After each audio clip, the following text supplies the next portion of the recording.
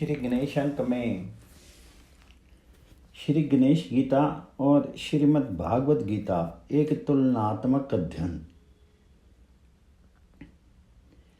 जिस एक तत्व को गणपति के उपासक गणेश, शैव विद्वान शिव, सूर्य उपासक सूर्य, विष्णु भक्त आदि पुरुष विष्णु तथा शक्ति के उपासक जगत की उत्पत्ति की मूल कारणभूत पराशिवा कहते हैं, वह वास्तव में क्या है ये मैं नहीं जानता, किंतु सब कुछ पर ब्रह्म स्वरूप है। इसलिए ब्रह्म भाव से ही उस अद्वितीय तत्व के प्रति मेरा नमस्कार है। जिस प्रकार श्रीमद् भागवत गीता महाभारत के भीष्म पर्व का एक भाग है, उसी प्रकार श्री गणेश पुराण के क्रीड़ा खंड के अध्याय 138 से 148 को गणेश गीता कहते हैं। श्रीमद् भागवत गीता के 18 अध्याय में 700 श्लोक हैं, तो श्री गणेश गीता के 11 अध्यायों में 414 श्लोक हैं। भागवत गीता का उपदेश युद्ध के आरंभ में कुरुक्षेत्र की पावन भूमि पर अर्जुन के प्रति दिया गया था, तो गणेश गीता का उपदेश युद्ध के बाद राजौर की पवित्र स्थली में नरेश वरेण्य के प्रति किया गया था। ये स्थान जालना स्टेशन से 14 मील पर स्थित है। भगवत गीता के अनुकरण में लगभग सैकड़ों अन्य गीताओं की रचना हुई है, जिनमें कुछ ये हैं: राम गीता, हंस गीता, गुरु गीता, अवधूत गीता, पांडव गीता आदि। इनमें भी गणेश गीता को एक महत्वपूर्ण स्थान प्राप्त है। इन सारी गीताओं के विषय भिन्न भिन्न होने पर भी गणेश गीता में वे ही विषय आए हैं जो श्रीमद् भागवत गीता में हैं। गणेश गीता तथा भगवत गीता में कर्म योग, सांख्य योग, भक्ति योग परक जो वर्णन आए हैं, वे भी प्रायः समान भाव में हैं। गणेश गीता में योग साधन, प्राणायाम, तांत्रिक पूजा, मानस पूजा, सगुण उपासना इत्यादि को विस्तार के साथ समझाया गया है और विभूति योग, विश्व रूप दर्शन आदि का संक्षेप में वर्णन किया गया है। उसमें शब्दों की भिन्नता अवश्य है, परंतु विषय वे ही हैं। जिस प्रकार अर्जुन को भगवान श्री कृष्ण ने योग मार्ग का उपदेश किया, उसी प्रकार राजा वरेण्य को श्री गजानन ने ये योग बताया।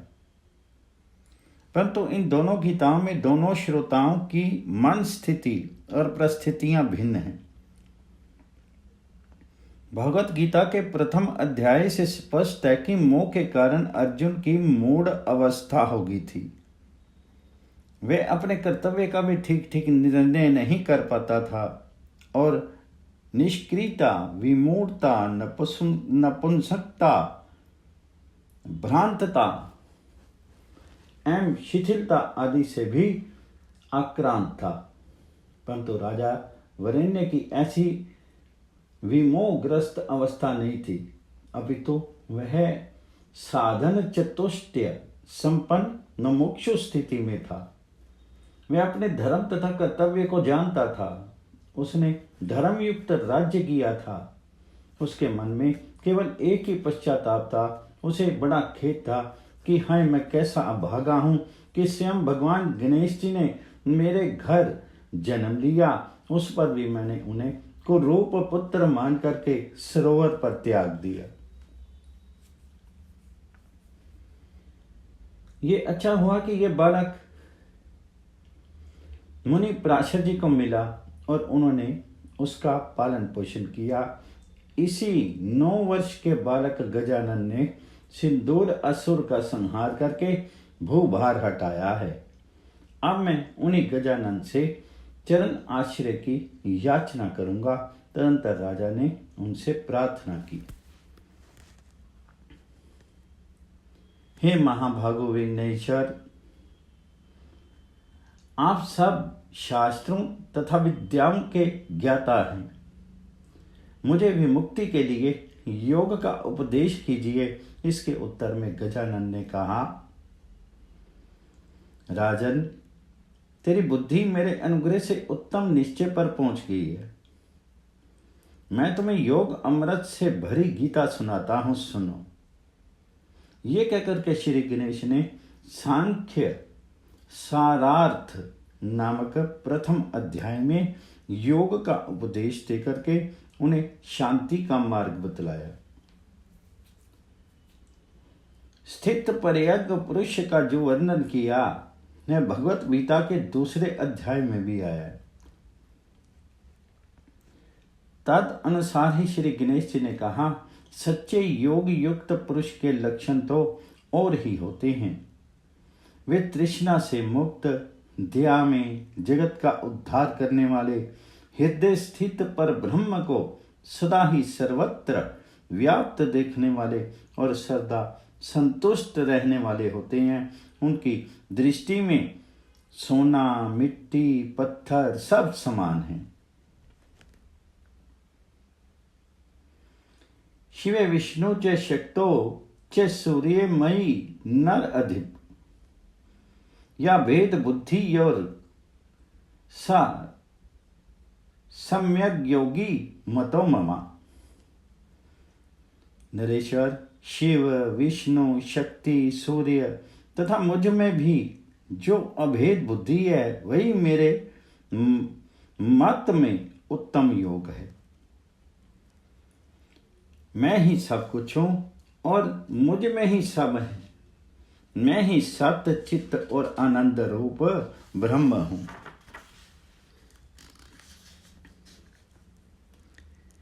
शस्त्र उसका छेदन नहीं कर सकते, अग्नि उसे जला नहीं सकती, जल उसे भिगो नहीं सकता, वायु उसे सुखा नहीं सकती और नरेश्वर, इस शरीर का वध होने पर भी वह अवध्य है। भगवत गीता के दूसरे अध्याय के श्लोक 18, 20, 23, 24 में भी यही कहा गया है। पुष्पित लता के समान आपातरम्य अक्षम सुकृतम भवति इत्यादि वेद वाक्यों में मोहित मूढ़ लोग यज्ञ आदि की ही प्रशंसा करते हैं। उससे अलग दूसरा कोई श्रेय साधन मानने को भी वे लोग तैयार नहीं होते। अतः स्वर्ग ऐश्वर्य की भोग बुद्धि में आसक्त वे स्वयं संसार के बंधन में पड़ते हैं।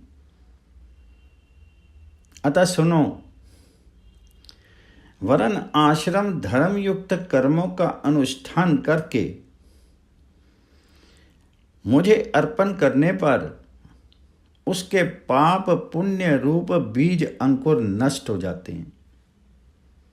ऐसा ही भगवत गीता के दूसरे अध्याय में श्लोक 42वें 46वें तक कहा गया है।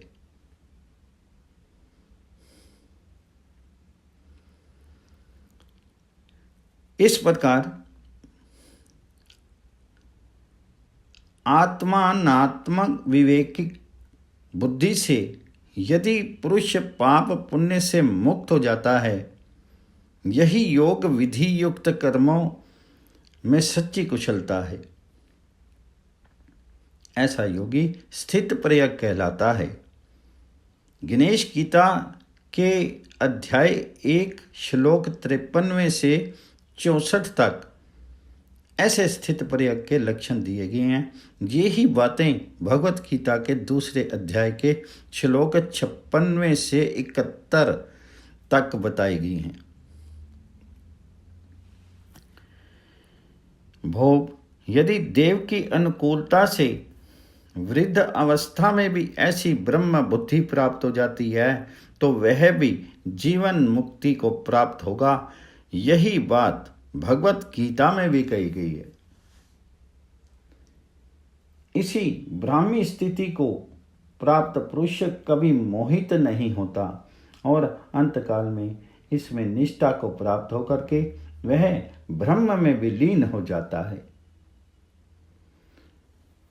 कर्म योग नामक दूसरे अध्याय में श्री गजानन ने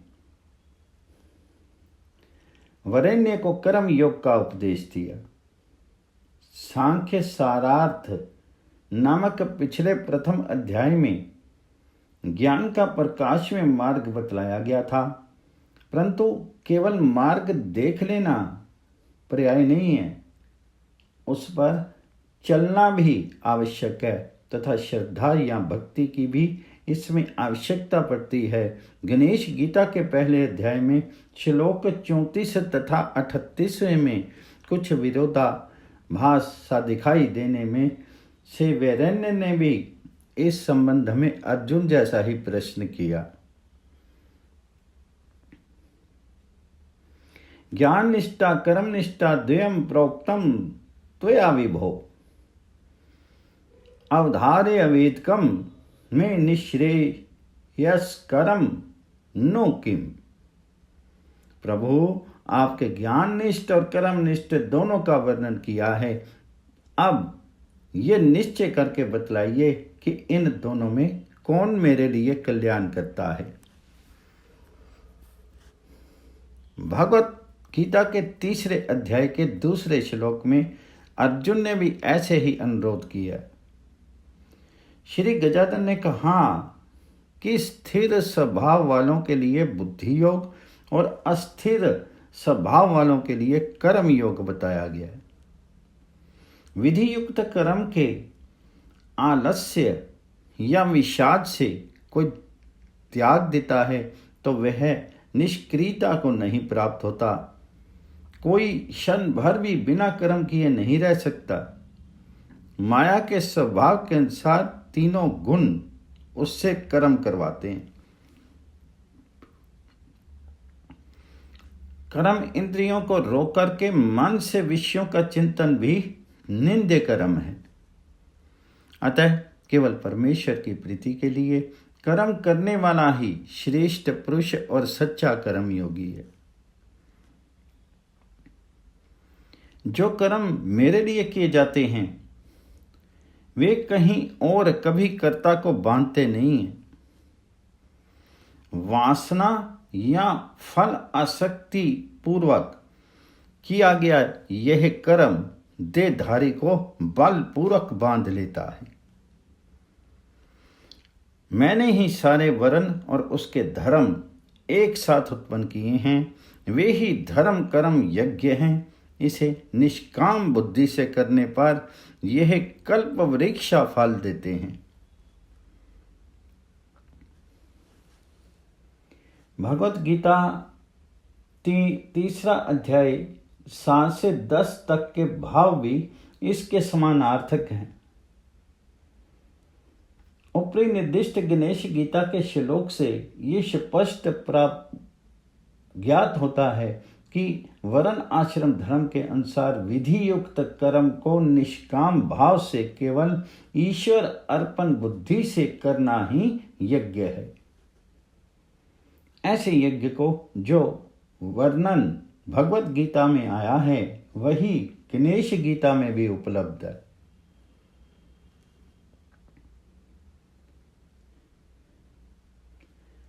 अपना धर्म गुण रहित हो तो भी दूसरे के संगोपांग धर्म से उत्तम है।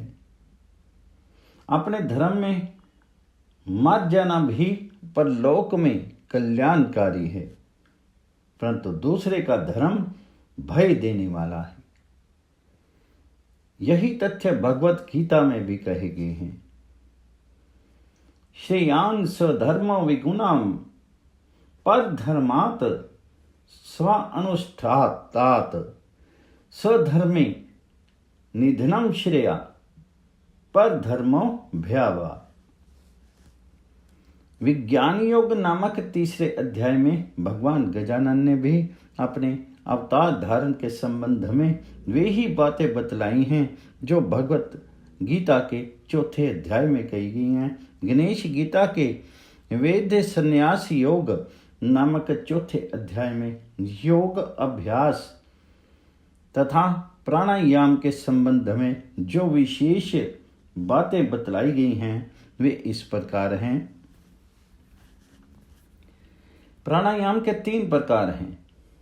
12 वर्षों के उच्चारण करने तक के समय तक जो प्राणायाम किया जाए वह लघु, 24 वर्णों के उच्चारण का समय लेने वाला मध्यम तथा 32 वर्णों के उच्चारण का समय लेने वाला उत्तम प्राणायाम है। प्राणायाम का अभ्यास करने से भूत और भविष्य की बातों का ज्ञान होने लगता है। 12 उत्तम प्राणायाम होने पर चित्त स्थिर करने की को धारणा कहते हैं। 2 धारणाओं को योग कहते हैं। इस योग का अध्ययन करने से साधक को त्रिकाल ज्ञान प्राप्त होता है। योग वृत्ति प्रशसन योग नामक 5वें अध्याय में योग अभ्यास के अनुकूल प्रतिकूल देश काल पात्र की चर्चा की गई है।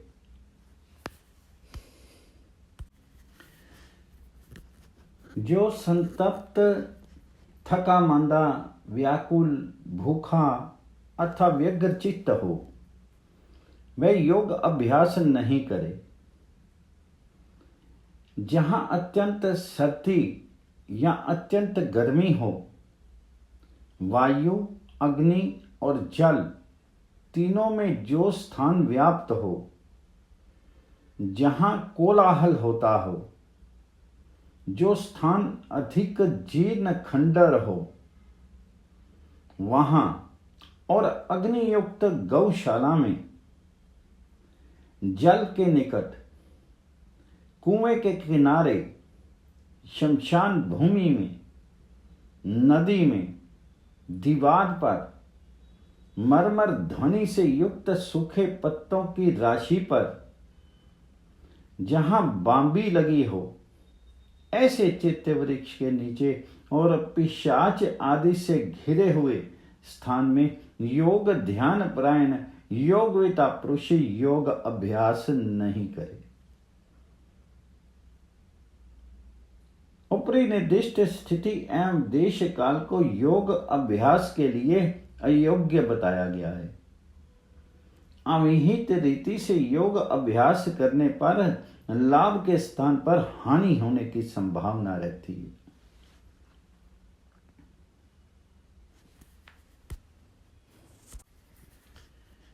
इन दोषयुक्त स्थानों का ज्ञान न होने से योग के साधक को शीघ्र ही श्रवण शक्ति का लोप, गूंगापन, बहरापन, मंदता, आलस्य, ज्वर और जड़ता आदि दोष प्राप्त होते हैं। योग अभ्यासशाली पुरुष को इन दोषों का परित्याग कर देना चाहिए। इनकी अवहेलना करने पर स्मृति लोप आदि दोष निश्चय ही प्राप्त होते हैं। योगी को सदा संयमी रहना चाहिए। राजा वरेण्य ने भी अर्जुन की तरह वही शंका प्रकट की थी कि यदि कोई योग भ्रष्ट हो जाए तो उसकी क्या गति होगी। उत्तर में भगवान गणेश ने कहा, ऐसा योगी अपने योग्यता के अनुसार स्वर्ग के भोगों को भोग करके उच्च कुल में जन्म लेता है और फिर योग अभ्यास करके मुझको प्राप्त होता है।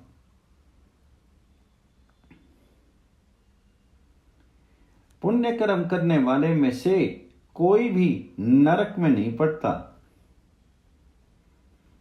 इसी को भगवत गीता में इस प्रकार कहा गया है,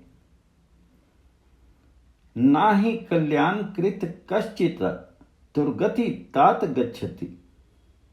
बुद्धि योग नामक 6ठे अध्याय में कहा गया है, अपने किसी पूर्व सुकृत के कारण ही मनुष्य मुझे जानने की इच्छा करेगा।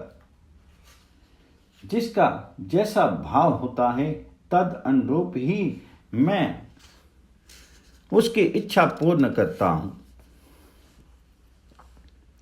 अंतकाल में मेरी इच्छा करने वाला मुझ में मिलता है। मेरे तत्व को जानने वाले भक्तों का योग क्षेम में चलाता हूँ। उपासना योग नामक 7वें अध्याय में भक्ति योग का वर्णन है। यहाँ सगुण भक्ति को ही उपासना कहा गया है। जो मनुष्य ध्यान आदि, पंचामृत आदि तथा स्नान, वस्त्र, अलंकार, सुगंध, धूप, दीप, नैवेद्य, फल, तांबूल और दक्षिणा आदि उपचारों द्वारा भक्ति युक्त एकाग्र चित्त से मेरी अर्चना करता है, मैं उसका अभीष्ट पूर्ण करता हूं। मेरा भक्त इसी प्रकार प्रतिदिन भक्ति भाव से मेरी पूजा करे अथवा सुस्थिर चित्त से मानसी पूजा करे या फल, पत्र, पुष्प, मूल और जल आदि के द्वारा प्रयत्न पूर्वक मेरी अर्चना करे। तांत्रिक, मानसी, पत्र, पुष्प आदि ऐसे पूजा के 3 प्रकारों में से किसी भी एक प्रकार से पूजा करनी चाहिए, परंतु निष्काम भाव से की गई पूजा श्रेष्ठकर है। मेरा द्वेष करते हुए किसी दूसरे देवता के प्रति की हुई पूजा भी मुझे ही प्राप्त होगी, परंतु वह विधि विरुद्ध है। ऐसा प्राणी दुख भोग करके रास्ते पर आ जाएगा।